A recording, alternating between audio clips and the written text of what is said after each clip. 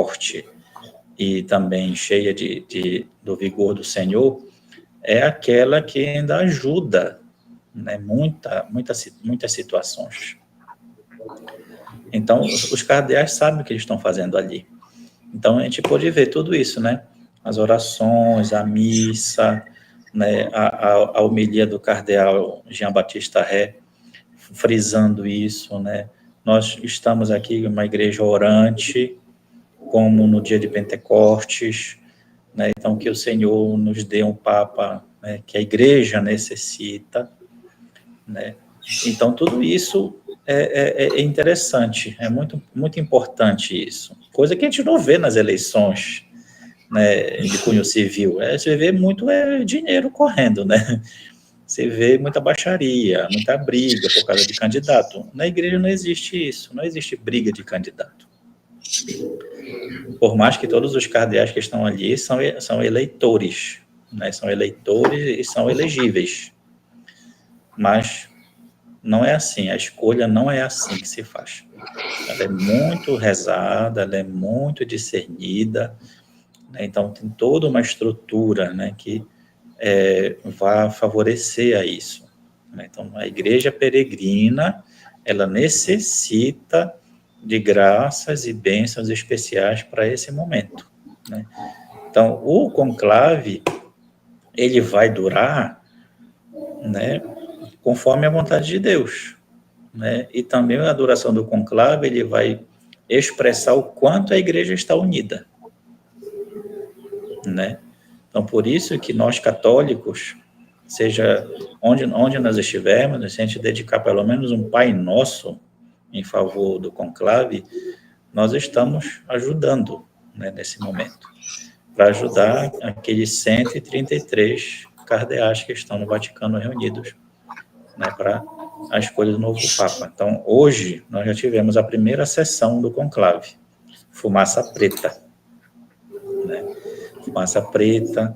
Claro, isso é normal acontecer, né? Nunca na história houve um conclave imediato e de uma votação rápida, né? Tanto Bento XVI quanto Francisco foram 2 dias, né, de conclave. Mas não é nas pressas, né? Com muito discernimento mesmo, discernimento no espírito, porque esse momento ele é muito importante e é ele que vai conduzir tudo aquilo que é a Igreja de Jesus Cristo, a Santa Igreja Católica.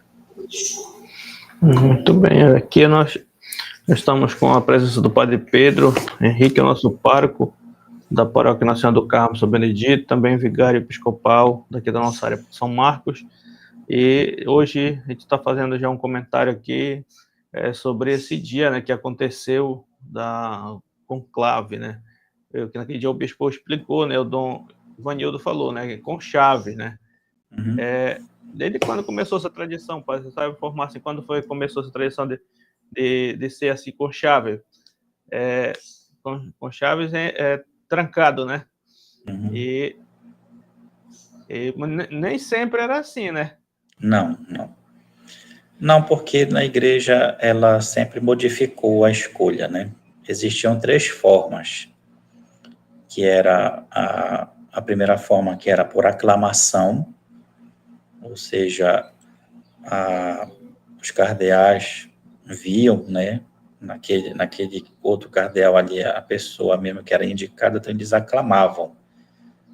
Fulano de tal, que deve ser o Papa. Pronto, resolvia a situação, né? A outra era por inspiração, ou seja, era a própria pessoa que se colocava à disposição. E a terceira, que era justamente essa que está até hoje, né? A por votação. Então, as outras 2, elas ficaram muito perigosas, porque na história da humanidade, assim também como na história da igreja, houveram muitas influências, né, principalmente de imperadores, que não gostavam, não queriam, então sentia que aquele cardeal seria uma ameaça para o império daquele determinado lugar. Então, eles vetavam, né? Então, depois foi se modificando, né? Com os séculos foram se modificando, e cada papa também foi dando a sua contribuição para que, quanto menos tiver influências externas, é melhor. Então, a última influência externa foi em 1933, se não me falha a memória. O imperador da Áustria, né, quando terminou o conclave, foi eleito o novo papa, ele não gostou muito, ele queria vetar. E teve que fazer um outro conclave por conta disso. Aí foi eleito o Papa Pio X.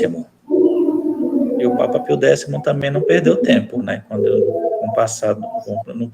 Logo imediato ele fez um decreto, né? Ninguém fora da igreja fará essas influências de novo, né? Não tem rei, não tem imperador, não tem presidente, né, que influencia a escolha do novo Papa. Então, essa foi a última vez.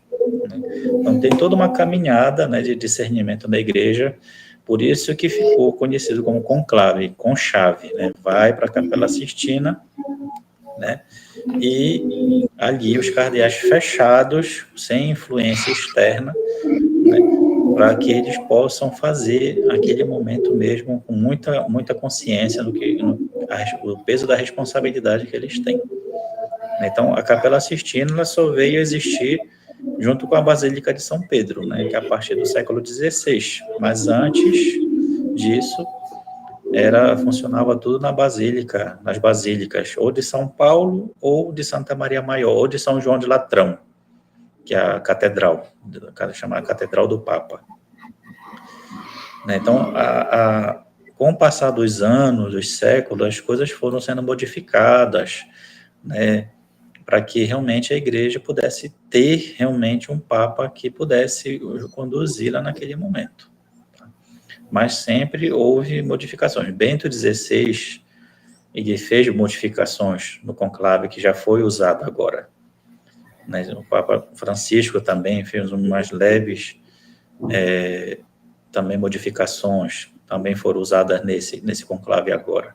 Então, já é sempre um avanço, sempre uma melhora, né? Conforme o grupo de cardeais vai aumentando, né? Então, isso necessita sempre uma nova estrutura, atualizando a ferramenta, né? Então, por mais que o conclave seja algo medieval, né, dessa forma, mas ele atende muito bem a igreja. Por isso que não se tem influências de ninguém de fora. Anteontem, na verdade, eu soube, né, que o presidente da França queria intervir na escolha do Papa. Isso é perda de tempo. É perda de tempo. Não tem como, né? O Vaticano ele é um Estado livre também. Né? Então, ali dentro existe todo um corpo também político, mas não é esse político que a gente entende, né? Na forma democrática, na forma imperial, que ainda existe em alguns lugares, né? É tudo muito bem voltado para dentro da igreja mesmo. Muito bem, olha, aqui nós estamos, o pessoal que está acompanhando aqui, né, estamos no esclarecimento, né, o que está acontecendo na vida da igreja agora, esses momentos, hoje o primeiro dia do conclave, e eles estão fazendo, como o senhor começou a falar, na questão da Capela Sistina, né? A Capela Sistina ela foi pintada pelo Michelangelo, né? Michelangelo. Ele foi um artista, ele pintou desde os 35 anos, eu estava olhando até os 60 anos, né? Inclusive tem uma pintura muito bonita lá do Juízo Final, né? Do Juízo Final, tem, né? Sim.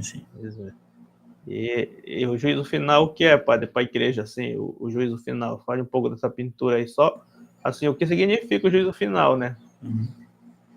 Por isso que eles fazem aquele juramento lá também, né? Porque eles sabem, né, muito bem o que é a missão deles ali, naquele momento. Só é cardeal para a escolha do Papa, né? Existem 3 cardeais que não estão lá porque eles não são bispos, né? Então, eles não têm obrigação de votarem, mas são conselheiros, do Papa, né? Essa é a primeira função, ser conselheiro do Papa, né? Aí, segundo, claro, é para esses momentos da escolha do novo, né? Então, a Capela Sistina, quando o Papa Leão X, no século XVI, pediu para Michelangelo, que já era um pintor e escultor famoso, a proposta é que fizesse a capela, na Capela Sistina, na sua parte de cima, no seu forro, né, para a gente entender melhor, a pintura de Mateus capítulo 25, que retrata o juízo final.